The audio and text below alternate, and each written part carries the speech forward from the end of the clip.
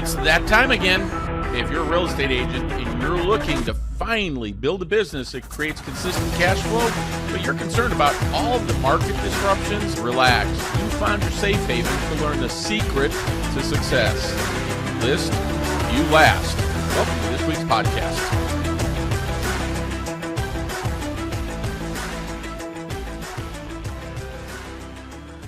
Hey, welcome, fellow listing agents. Bob Mangold, the listing coach, here with episode 44 of the If You List You Last podcast. Hey, listen, as always, thanks for listening, sharing, and downloading. Today, we've got a pretty important topic for you. We're going to talk about why old-fashioned teams and brokerages will go broke in the next 24 months. So if you're on a team, this is critical information for you. So grab a cup of coffee and settle in. Just a reminder, make sure you join our Facebook Real Estate Asset Advisor Facebook group so you can join in on the conversation, share your thoughts, comments on any of the topics I discuss right here on the podcast. And one more thing before I get started, if you are an agent in California, Arizona, Texas, Florida, Illinois, or Kansas, and you're a high-performing agent that would like to talk about starting and growing a listing agency in those markets, if we feel you're the right leader, we'll invest in the marketing and infrastructure of your business without taking any overrides or royalties. Now, if you're open to conversation around that, make sure you join the Facebook group and send me a DM. With that, let's get into this week's mortgage update. Going to be pretty quick here. Let's just talk about the reports that are coming out. Tuesday, we have a 3-year note auction. That's going to be a fairly important deal because it's going to determine what the strength is for the mortgage-backed security market, and is going to help us a ton. Wednesday is going to be mortgage applications and the CPI, the Consumer Price Index. So that's a big deal. Going to tell us what that inflation number is. It's going to have an impact on the Fed. Again, I personally believe the Fed's only going to drop rates by quarter basis point in September, which happens, next week? And at the end of the day, it doesn't have a huge impact on mortgage interest rates. Again, it's the car loans and the credit card debt that'll be impacted, but it's starting to show signs of that happening. And the way that mortgage-backed securities in the 10-year Treasury is tracking right now, it's all extremely favorable for interest rates to be coming down. That's actually what determines the interest rate, folks, is the mortgage-backed security market. We've been in a position now for the last really month where it continues to be very favorable to see interest rates coming down, which is why I've said I believe by the end of the year, we're going to be in the 5.75% to 6% range. On Wednesday, also, there's a 10-year note auction. 10-year notes can have an impact on mortgage-backed securities because that's what's competing for money. Right. So as an investor, do I want to buy 10-year treasuries, or do I want to put it into a mortgage-backed security, which is based on mortgages and repayment and things of that nature? So that's why the 10-year is actually important. That technically has nothing to do with mortgage interest rates, but it does compete for those dollars. Okay. And then Thursday, we have the producer price index. So that's the cost of producing things. So Wednesday is consumer, meaning how much does stuff cost for them. And then Thursday is producer price index. How much does it cost for the producer? Because, folks, if the cost to produce goods goes up, what happens to the price? It's inflation. And then Thursday, we have jobless claims again, for as much as we want to believe those things. So if you listen to me for any amount of time, I have absolutely no faith in those. Unfortunately, the markets in the street do respond to that. And then finally, Thursday, we have the 30-year bond auction, which that has it has an impact on mortgage interest rates only because it competes for dollars, okay? So that's what's going to happen this week in the mortgage arena. Again, I think long-term, we're going to be okay, and you're going to see rates come down, folks. So now let's get into today's big topic. Going to be a little controversial here. Why old-fashioned teams and brokerages will go broke in the next 24 months. How could I say such a thing? Who am I to say that? Folks, what I'm going to share with you is an article and a study published in Housing Wire. So these are the facts that they produced in their studies that I'm going to share with you today. So it's not my opinion. These are just numbers that are coming out. So what they said was, if real estate brokerages fail to make changes to their operations, what does failing to make changes to your operation mean, folks? It means cutting staff, closing offices, things like that. 79% of them will be unprofitable if the terms of NARS, nationwide commission settlements, lead to typical agent commissions dropping to 2%. Folks, so what happens, or what they're saying, is if commissions actually drop to 2%, I don't see that happening either, but I do think between 2 and 2.5%, you're going to see 80% of the businesses be unprofitable. Folks, if they're unprofitable, how do they stay in business? You got to think about that. Now, for the purposes of today's call, and I'm going to break down some things, some differences between team and brokerages. They're one and the same, right? If a brokerage can't make money, how would a team make money? So if you're on a team, you need to understand that. Now, this accounting study was done by a company called AccountTech. What they did was they analyzed the operations of 100 randomly selected brokerages with agent counts ranging between 5 and 5,000. So that's a pretty good breakdown anyway. According to the report, the study calculated the future net profit for brokerages while assuming that sales volume, company overhead, and agent split percentages remain at current levels. It found that even a minor decrease in the commission rates charged to sellers made the companies in the study unprofitable. So I want you to think about that, folks. If we left splits the same, company overhead the same, and sales volume stays the same, which I think for the next year or so, we're probably not going to see a huge breakout. If all those things seem equal, 8 out of 10 companies will be unprofitable. Then the only question that you have to ask is how much of a cash cushion do they have so that they could stay in business? Because after that, they close the doors. And folks, here's the question. If you're a broker or you're a team leader and you're losing money month after month and you don't see anything changing in the market for the next year, how long would you keep that business going? So I know it's a terrible discussion to have, but it's a real thing. Now, the industry's completely aware that going forward, the market changes are going to make their current models untenable. So they're going to have to address it. It's just common sense, right? So while nearly 80% of the firms would be unprofitable if commissions dropped to 2%, the study found that 60% would be unprofitable if commissions dropped to 2.5%. Currently, they're only at about 2.65. So it doesn't seem like that's going to be a big stretch to drop to 2.5. Folks, that still means 6 out of 10 companies and teams would be unprofitable. Now, additionally, the study looked at how agent count and physical office count impacts profitability. It found among companies with 3 storefronts, only 14% would remain profitable if commission rates dropped to 2% per side, right? When it comes to agent count, the study found that for firms 100 to 5,000 agents, 88% will be unprofitable if the average net commission drops to 2%. 88%, folks. So if brokerages hope to break even, AccountTech found that if the commission rates drop to 2%, more than 75% of firms analyzed will need to increase their income or cut expenses for every agent in their firm by $2,908 per agent. That's $290,800 per year for a 100 agent firm. Now, these challenges come as brokerage gross profit margins have fallen to a nationwide median of 15%. Folks, gross profit margins is the margins before you start taking away the expenses. Now, that's due to a variety of factors, including increased pressure on brokers to provide agents with a larger split of the commission. That's going to be a dilemma. Additionally, rising labor and occupancy expenses have driven up operating costs, putting even further pressure on the firm's top line's revenue. Folks, if you're working for a 100% company and it's a flat fee, does that impact them? It does. So commission compression is a real thing, but there's more to it than just the commission compression, folks. So if you're on a team, let's talk about that. Because typically teams run on leads that they're buying from Zillow, as an example, or Realtor.com. They may spend some money on Facebook or Google pay-per-click and things like that. But at the end of the day, the large majority of the teams, especially ones I know, are using Zillow and Realtor.com. They've changed their model to going to a percentage, like 40% of the income. So if commissions drop to, let's say, 2.5%, forget two, let's just say 2.5%, and then you have to pay 40% of that to Zillow.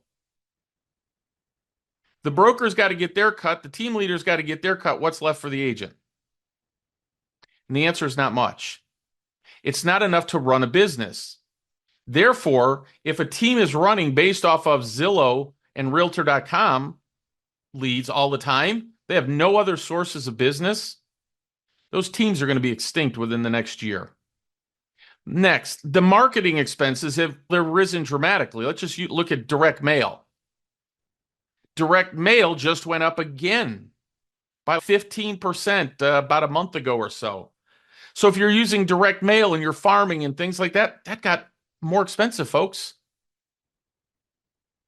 And if companies like Facebook and Google understand that businesses can't do direct mail because that got out of hand and TV advertising got out of hand and more people flock to the Facebooks and Googles, what do you think they're going to do with their advertising rates? They're going up and they're already ridiculously expensive. So at the end of the day, if a team leader's got a team, Zillow's taking more and more from them, all the costs of generating business are going up. There's only a couple things they can do, folks. In order to remain profitable, they're going to have to start cutting support staff. When you do that, agents are going to need to become more self-sufficient. That results in them questioning, why am I paying a team leader then? Agents and team models have become accustomed to low conversion leads that require time to nurture, right? Which results in the need to consistently flood the funnels with more low quality leads. I'll never forget, about 8 years ago, one of my coaching clients called up and he said, hey, I need to really ramp up the number of leads I'm getting. And I said, really, why is that? And he said, my agents have gone through the leads and they're not ready to buy and things like that. And he said, so I just got to get more. And I said, no, I actually don't agree with that. I think what you need to do is you need to take and go through and audit what your agents are doing with the leads that you have. Number one, I think you're going to find that most of them aren't really even calling them, or if they do, they leave a message, and when they don't return a call, that's it. They don't call them again. That's not follow-up. And then if they do talk to them, then they don't follow up afterwards. If they go, well, no, it's still going to be 6 to 12 months, they still don't follow up with them. Because, folks, here's what I can tell you. After 33 years in the business, if you tell me 6 to 12 months, it means about 90 days. And so they're constantly having to fill the pipeline with more and more leads because agents simply are not working them properly. They need to work with the ones that are going to feed their family today. They don't have time for nurturing. That requires an agent to do a lot more work to generate closings, which isn't particularly efficient. It's extremely expensive for the team leader. Training time for agents is going to require a huge part of your time and attention. Because if you don't do that, folks, turnover is going to skyrocket. The truth is, turnover is going to skyrocket anyway for both teams and brokerages. Here's why.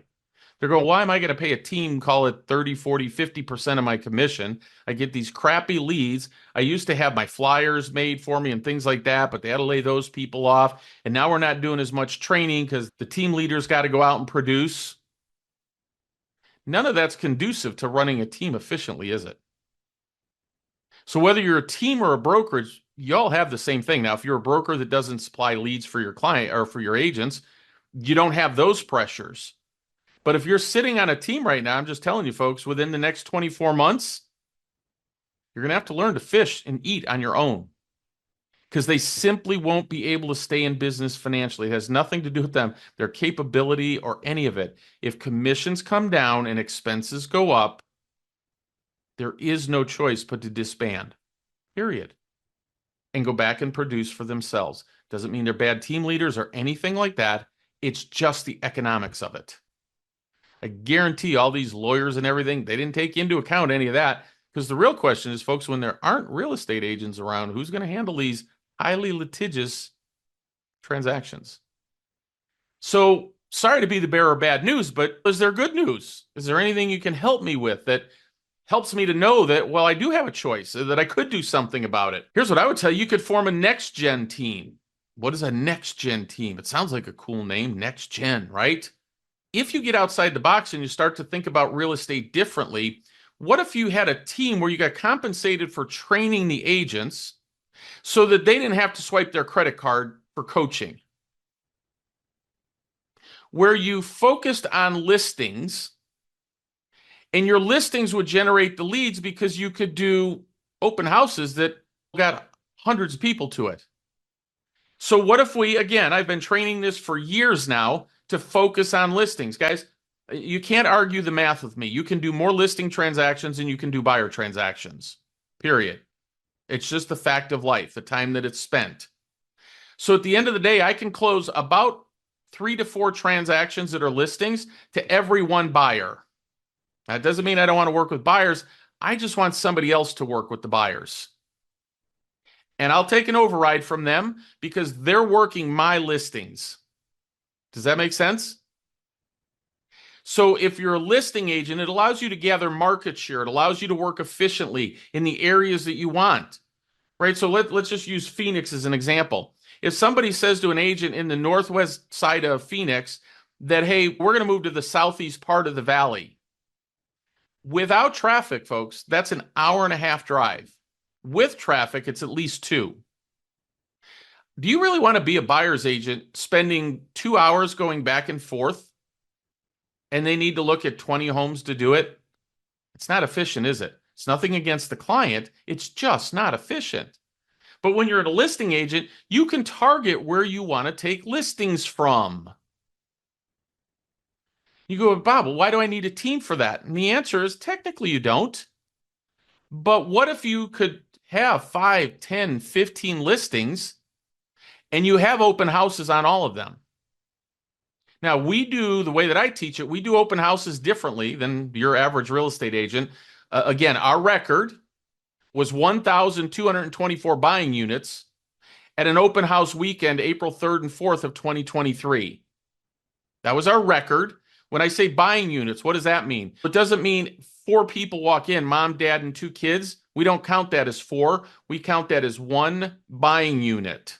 If I could have an open house or 2 going on each weekend, and let's just say I have 100 people at each one, and we could train the agents how to actually talk to the people coming in so that they could pick up additional transactions.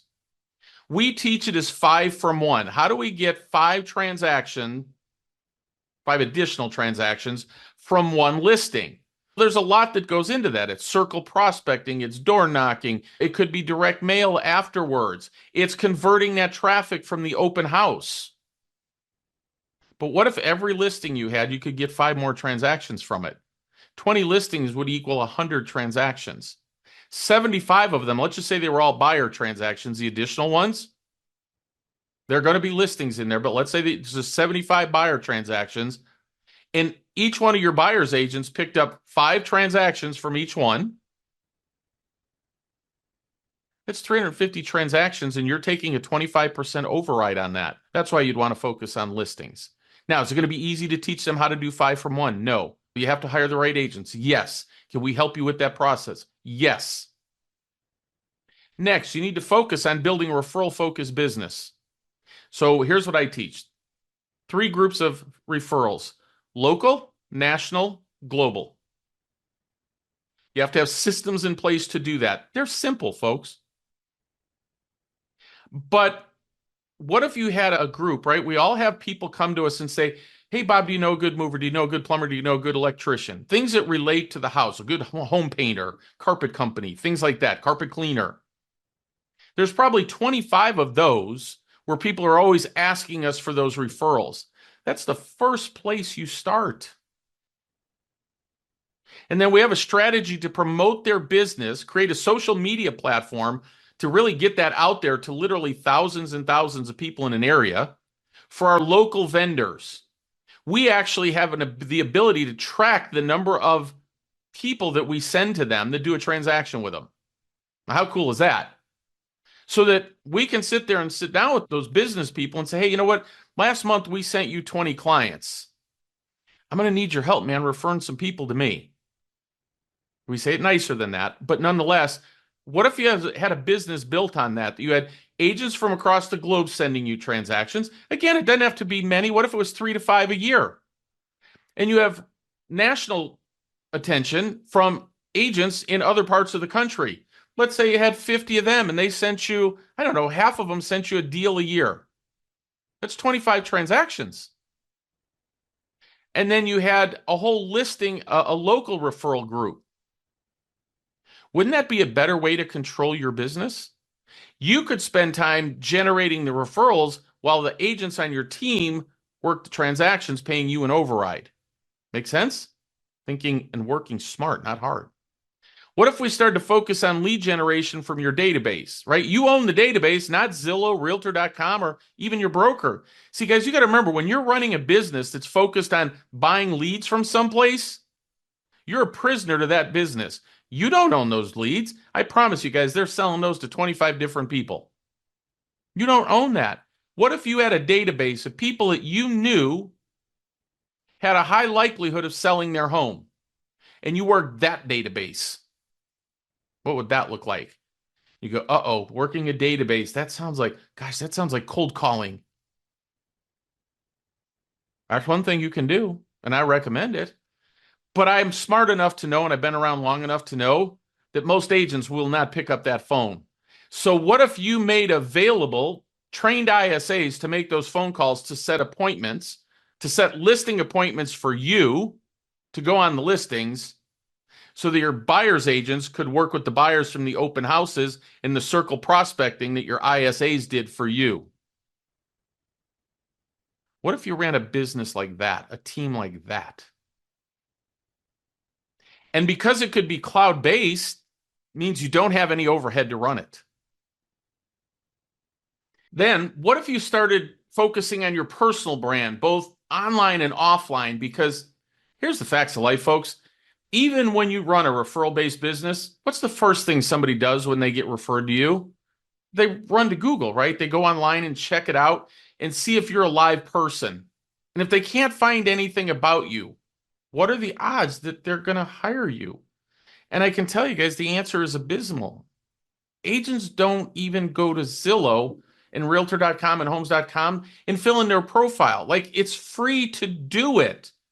Usually, guys, that's the #1 search result that most agents have. So if you Google your name, you're going to see like a Realtor.com, a Zillow.com, etc. And then people click on it and there's nothing there. What do they think about you then? What does that make me think about you, about being referred to you? I'm not really looking at working with you, to be honest with you. I just, if you don't have reviews, I know my friend referred you to you, but nobody else. So unless I have really strong feelings about, the person that referred you to me, I'm not feeling really good about you. So it's not a function that you have to build a personal brand or not. You need to do it online and offline so that people can see you're a real life person and that you're active in the industry. Like, how often do you post something on your Facebook page, or how often do you post on Instagram or Google My Business? They just need to see that you're alive and you're active. But reviews, I promise you, will make a big difference if you have those. And by the way, guys, when I talk about building an online profile, it doesn't mean you're doing dancing videos on TikTok either. That goofy stuff does not work for real estate. It gets views for the kids, don't get me wrong, but it doesn't make me want to hire you to sell my house. So you've got to build a personal brand online and offline. And then what if you were able to offset your expenses through collaboration to the point that you didn't have any expenses? You could actually run a team without expenses. Yet, you're still able to provide massive value and service. Now, that's going to require that you run a team, differently than the way they're being run right now. Right? We're not talking about using Zillow and Realtor.com leads, things like that. Because, guys, I promise you, all these team leaders right now are trying to figure out how in the world do they pivot their business, stay relevant, and most importantly, stay in business. But if you didn't have any overhead and you didn't have any expenses and you had systems in place to generate business, to generate referrals, and it comes from your online presence. Can we agree? Boy, it doesn't matter what changes. You're in complete control of your leads. You're in complete control of your referrals. You don't need a Zillow. You don't need a realtor.com. And you didn't have any overhead to worry about. Wouldn't that be a better way to run a team? Now, we've already pivoted that way. We already have this in place. So we can help you with this. So again, if you're located in California, Texas, Arizona, Florida, Kansas, or Illinois, and you want to look at a team model like this, you can reach out to me by visiting my website, www.bobmangold.com, and click on the link to schedule a call with me. Okay? Now, if you're really interested in doing this in other states, you can still go ahead and make a call. You just might be the first one in that state. That's all. And then truthfully, we're going to have to go and figure out if you're going to be a good fit. Think of it this way, guys. We have really clear criteria about the people that we back, right? Think of it this way. If we're going to invest in your business financially, we need to make sure that we're the right fit. Both of us, right? We have to be a good fit for you, but you have to be a good fit for us. Make sense? Now, what's important to us is, first of all, we want to have fun working with people that we work with. We want to impact lives, both our agents' lives and our clients' lives.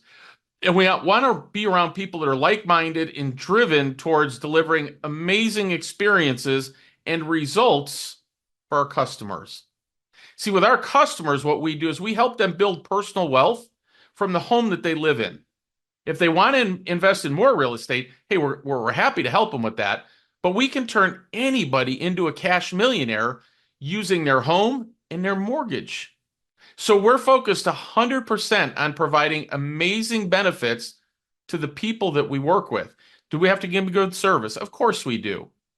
We've got to be better than that. And we're looking for people who want to be better than that. When challenges arise, which they always do, I have to be honest with you, what we're looking for are people that will help us find solutions. So that's what's important to us.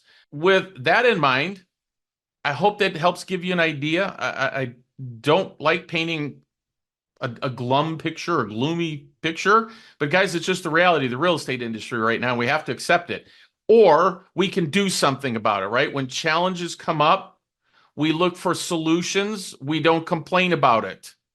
That's what's important to us. So I hope that helps. I hope it gave you something to think about.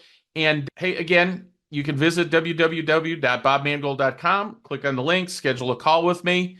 And hey, we can talk about it, see if it's a good fit. We'll just go from there. No promises one way or the other, okay?